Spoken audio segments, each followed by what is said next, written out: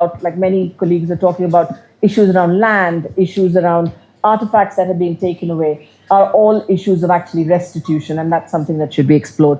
And then obviously there's rehabilitation, which is very, very important in the context of environmental issues, which is also rehabilitation of land that has been damaged by the operations of companies and others, as well as a very important concept that's been very underutilized in reparations campaigning, guarantees of non-repetition.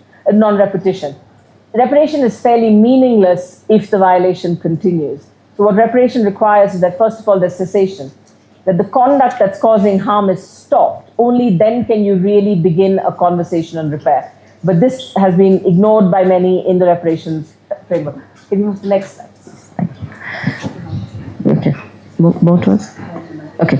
And please tell me if I talk too quickly, which is a bad habit I have. I just also wanted to again talk about another concept that many of you are going to be very familiar with, which is the notion of unjust enrichment. It's a legal concept, but it is, I think, very important for reparations campaigning. And the idea is people who are benefiting unjustly, and that is often, when we look at any context, and we're going to do that in the case study, whether we're looking at a state or whether we're looking at a particular company, when we're looking at these historical cases where the harm has been going on for a long time, we're looking at a number of entities who have benefited from that harm.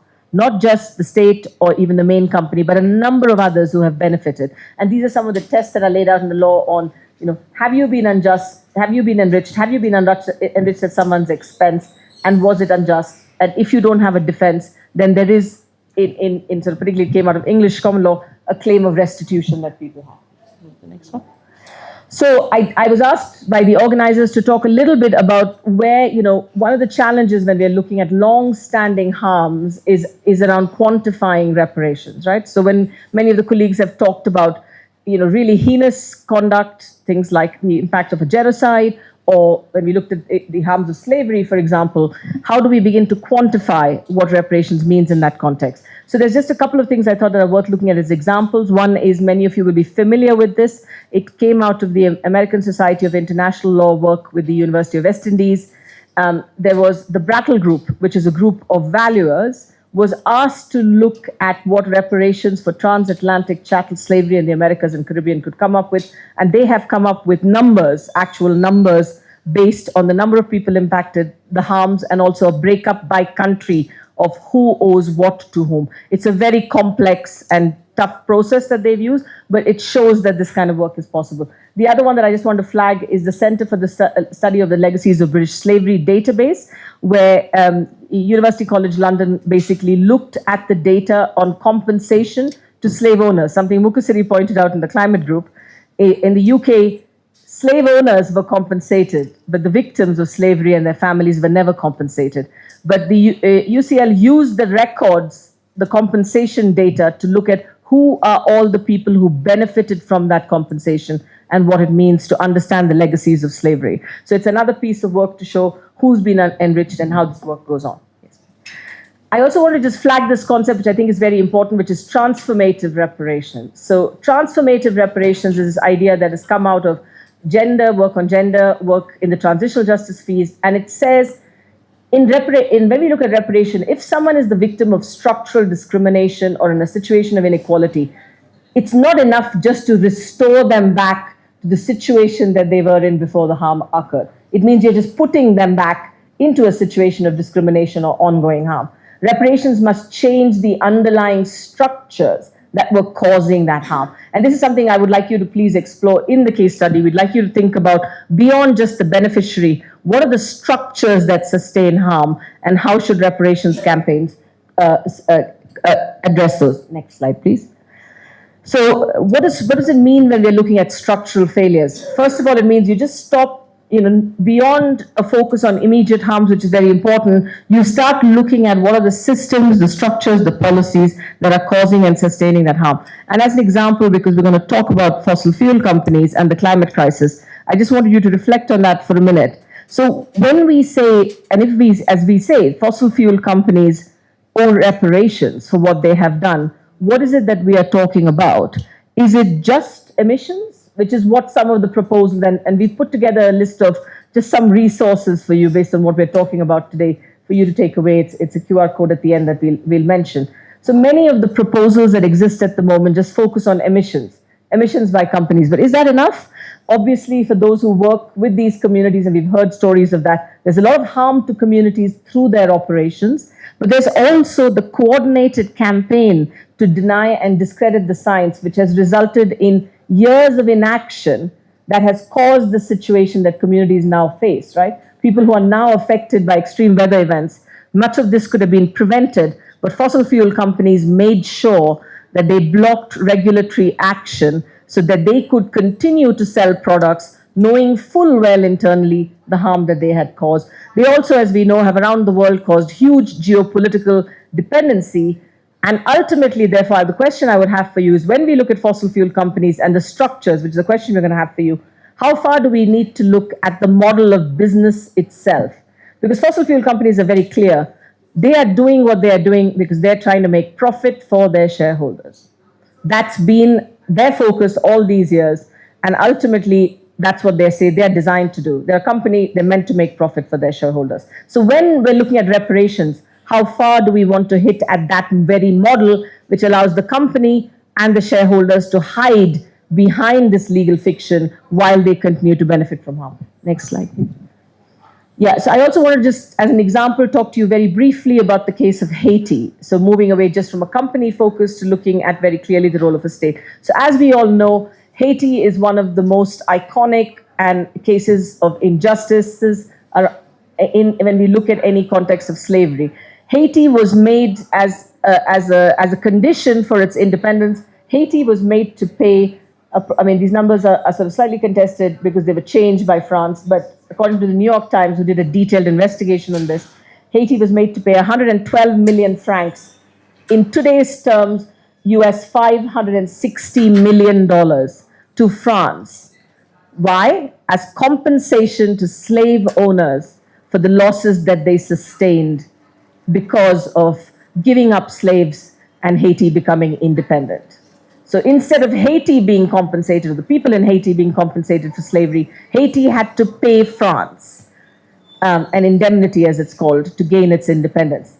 And what's atrocious about this is that basically this has resulted in something that's been well documented by many people, in a double debt. Haiti didn't have the money. Haiti was getting its independence.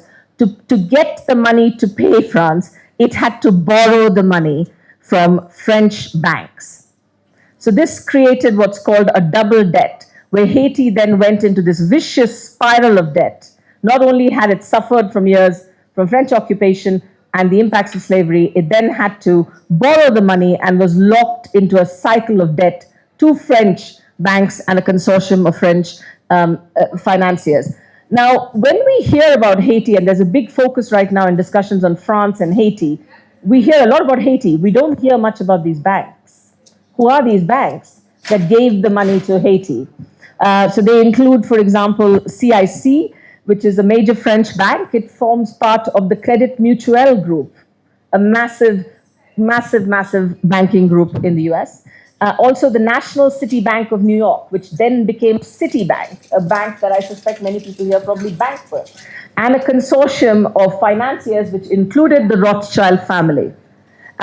They basically gave money to Haiti at exorbitant rates. So if Haiti was given $30 million francs to pay back its first installment, of which only 26 actually was given to Haiti, 24 was given to Haiti, 6 was kept by the banks as their commission for making this payment. They also set up something called the National Bank of Haiti. The CIC helped Haiti set up its national bank.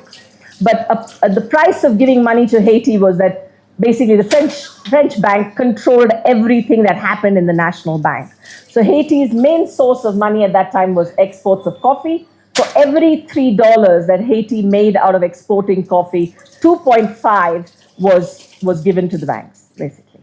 It's an absolutely insane. They've made millions and millions of dollars of controlling the bank and controlling. But what they also set up is a really exorbitant system, as you can imagine. So where Haiti's natural resources continue to be used, the first call on Haiti's natural resources and any money that comes to it goes towards the debt. which then created a situation where basically, as you can imagine, 1 in 4 children in Haiti could not go to school. Haiti was struck by many, many factors. So it took Haiti more than 140 years to finally settle its debt to France, and the consequences of that are enormous. And as I said at the moment, there's a current debate in France where Thomas Piketty, the economist, has said France owes 30 billion, which is just at the very least to Haiti, just to return the original money that was taken from Haiti. Next slide, please. Yeah. So I just again wanted to, we'll pick this up in the case study for you to think about. When we talk about Haiti, what should reparations to Haiti involve and who should be targeted? As I said, there's an obvious focus on France as a state.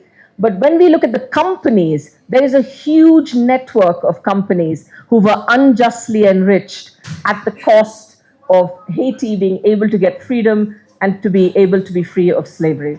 That is one of the realities. But there's also the structures. So a lot of what was set up at this time was structures of debt, of exploitation of natural resources, of taking away money from Haiti to benefit people in France.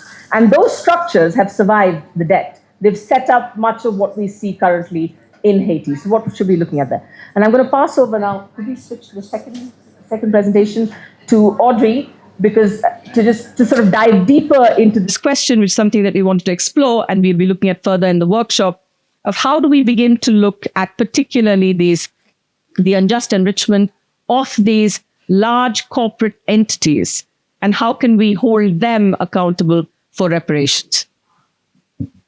Thank you. And I'm going to stand over here because otherwise I'll just keep turning my head and all anyone will see is the back of my head. So if we could just go on to the next slide, please. So I work with the Center for Research on Multinational Corporations, which is a resource center on exactly what it says, on multinational corporations. And it's a resource center for civil society globally. It was set up specifically for that, to help people find information they need on multinational corporations that have created harms and the information that's needed to seek repair or reparation. So before I go into the brief case study that we want to focus on, I just want to step back a bit from what Meghna has said. And resituations drove the European colonial project. They were the vanguards of it, and they were the ones that dragged armies behind them to protect their assets. During the colonial period, oil was discovered, and Western multinational oil companies were given privileged access to the oil reserves of countries in the global south. So Shell in Nigeria, British-occupied Persia gave BP privileged access. So the oil resources of the world were seen by the Western powers as having the ability to sustain and grow the power of empire. And they made sure a small number of Western companies was able to lock up those resources under very privileged terms. The control of oil and the desire for the control of oil not only drove climate change, it drove the inequitous investment, tax and trade treaties that were put in place towards the end of and just after independence was gained by most countries in the global south. And that was done to make sure that independent nations could not control their own natural resources because they were already locked into international treaties. Control of oil also drove dollarization of the global economy. And the dollarization of the global economy and the oil boom of the 1970s was used to drive debt, which then opened up the 1980s with massive dollar debt to be repaid in dollars, was leveraged by Europe and the US to promote a highly neoliberal economic project. And it allowed them, because debt had to be repaid in dollars, it allowed those countries to push a neoliberal economic agenda that has locked countries in Africa and countries in the global south more broadly into the situation where we find ourselves still now. Those laws were created to protect capitalism. They still exist. The economy globally is still dollarized. This is where we are. And I wanted to point out one figure that might situate this, which is at COP 2024, as most people know, the wealthy nations offered 300 billion for loss and damage. Much of it was repurposed aid or tied aid or loans. In the year before, the top 1%, and I underline 1%, of publicly listed multinational companies paid their shareholders 5 times as much, 1.6 billion to shareholders in 1 year. This is where we live, in the world where this happens. And therefore, before I go into the case study very briefly, I would pose the question that I think has come up in numerous groups in the discussions is, Can reparations be meaningfully realized in capitalism, in a capitalist construct? And I'll leave that question there. Next slide, please. So the case we wanted to look at is Shell in the Niger Delta, and I think there are colleagues in the room who are familiar with this case and have worked on it. I have worked with colleagues in the Niger Delta for the last 15 years on the issue of oil pollution and Shell's conduct in the Niger Delta, including a range of human rights violations. So as I said, Shell got privileged access to Nigeria's oil during colonial rule. It has made hundreds of billions from Nigeria's oil, based on terms set during the colonial period. So it locked its access in under British rule, and it has always been able to build its control of Nigeria's oil based on what was locked in at that time.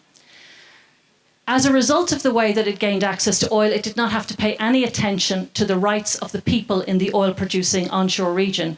And there are 30 million people at least living in that region.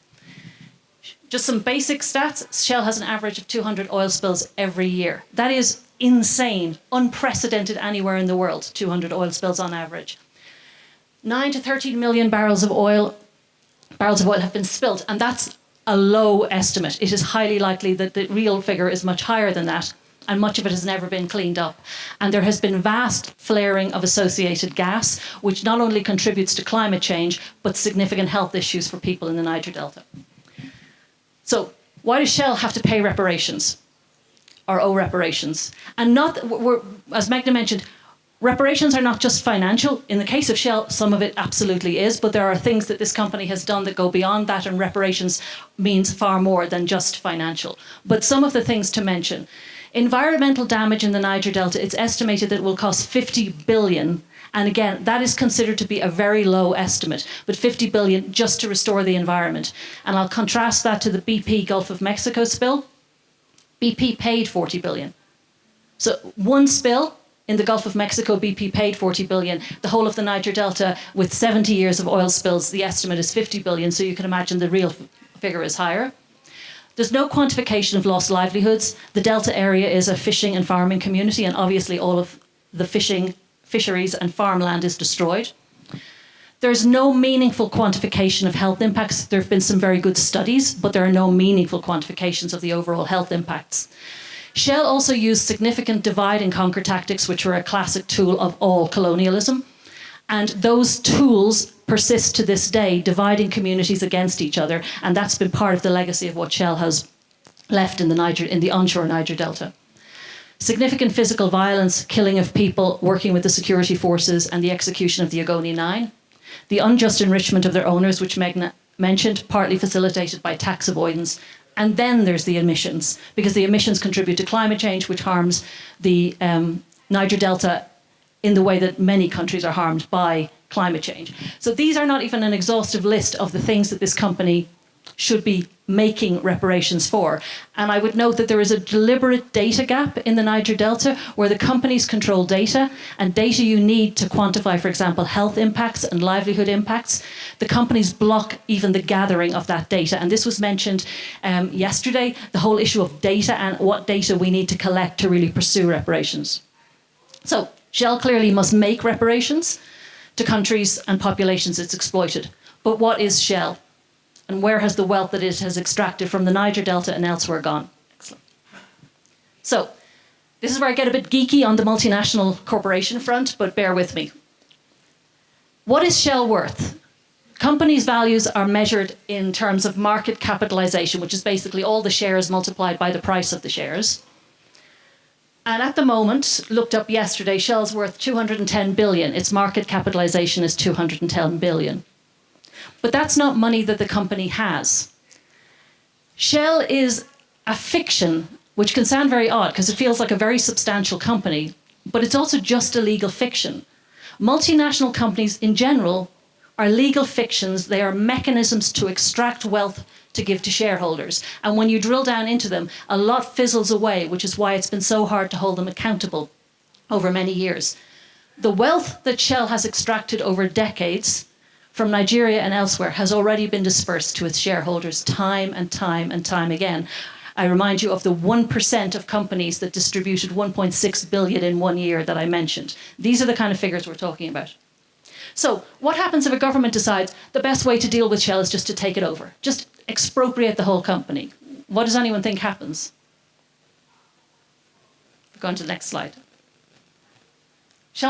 If you take over Shell and try to take the company, the value of the shares drops, billions are wiped off the value of the company, and it becomes worthless. And this is part of the problem of going after companies. They're not as real as we think they are. The company doesn't have money. What it has is assets, debt, and access to oil and gas. The oil and gas already belongs to somebody else, to the countries where it's found. So another question that people often ask us when they come to us to do research on these topics for their campaigns is, what about taking its assets? Well, the assets of an oil company are pipelines, wellheads, etc. If you take an oil company's assets, all you have done is do it a favor and take its long-term liabilities from it, because all of those things need to be maintained and ultimately made safe and decommissioned. And the world is facing an oil infrastructure decommissioning, what is known as the time bomb, of huge, vast amounts of money to decommission oil infrastructure. Shell has sold in the last decade all of its onshore oil operations in the Niger Delta. It gave loans to the companies to buy them. So they are newly created companies for the most part. They are called indigenous Nigerian companies. I'm going to come to that in a second. Shell gave them loans. Why would Shell give them loans? Because